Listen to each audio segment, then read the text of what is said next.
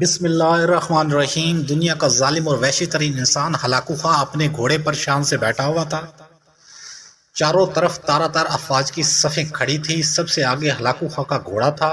Hulagu خواہ کے سامنے قیدی مسلمانوں کی 3 صفیں کھڑی کی گئی تھی، جن کو آج ہلاکو خواہ نے اپنے حکم پر قتل کرتے ہوئے دیکھنا تھا۔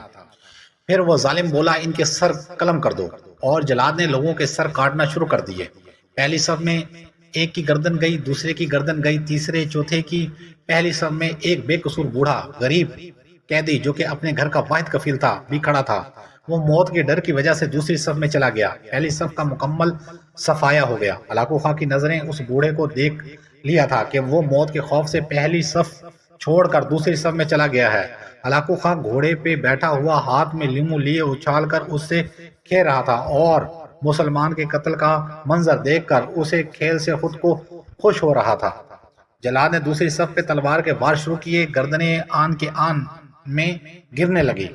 جلاد تلواریں چلا رہا تھا اور خون کے فوارے اچھل اچھل کر زمین پر گر رہے تھے۔ اس بوڑھے بابا نے جب دیکھا کہ دوسری صف کے لوگوں کی گردنیں کٹ کر اس کی باری بہت جلد آنے والی ہے، تو وہ بھاگ کر تیسری صف میں کھڑا ہو گیا۔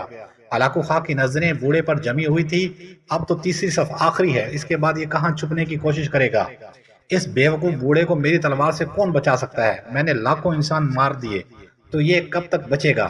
تیسری صف پہ جلاد کی تلوار بجلی بن کر گر رہی تھی۔ ہلاکو خواہ کی نظریں مسلسل اس بوڑھے پہ تھی کہ کیسے وہ بے چین ہو کر موت کی وجہ سے بے قرار ہے۔ تیسری صف کے انسانوں کی گردنیں گر رہی تھی۔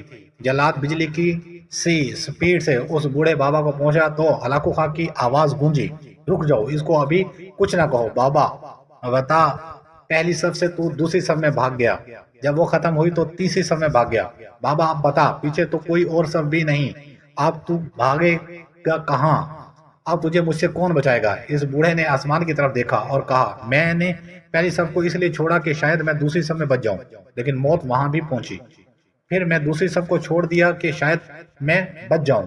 ہلاکو خواہ نے لیمو کو ہاتھ میں اچھالتے ہوئے کہا، بابا کیسے خام خیالی ہے، یہ کیسی بہکی باتیں کر رہے ہو؟ بھلا تمہیں میری تلوار سے بھی کوئی بچا سکتا ہے؟ بوڑھے مسلمان نے زمین اور آسمان کی ہر چیز کے مالک اس وحدہ لا شریک ال رب پر بے انتہا یقین کے ساتھ کہا، وہ اوپر والی ذات اگر چاہے تو کچھ بھی ہو سکتا ہے، اور اگر وہ چاہے تو مجھے تم سے بچا سکتا ہے۔ کیسے بچا سکتا ہے؟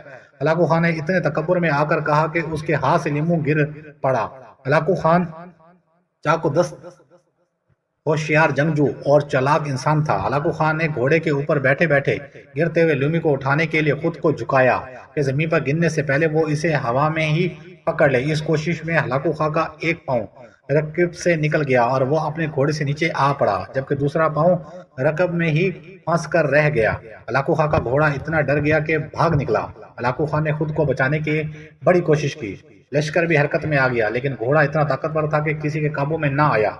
وہ ہلاکو کو پتھروں میں گھسیٹ گھسیٹ کر بھاگتا رہا، یہاں تک کہ ہلاکو کا سر پھٹ پتھروں سے چٹک چٹک کر اس قدر لہولہان ہو گیا کہ اس کی روح چند ہی منٹوں میں اپنے اس تکبر بھرے وجود کو چھوڑ کر جہنم رسیدہ ہو گئی۔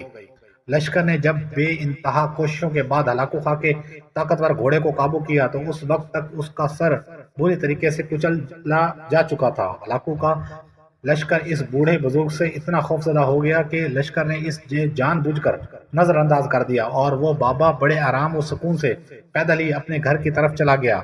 مظلوموں کی آہ سے ڈرو، کیونکہ جب وہ اللہ سے رجوع کرتا ہے تو قبولیت بہت دور سے اس کا استقبال کرتی ہے۔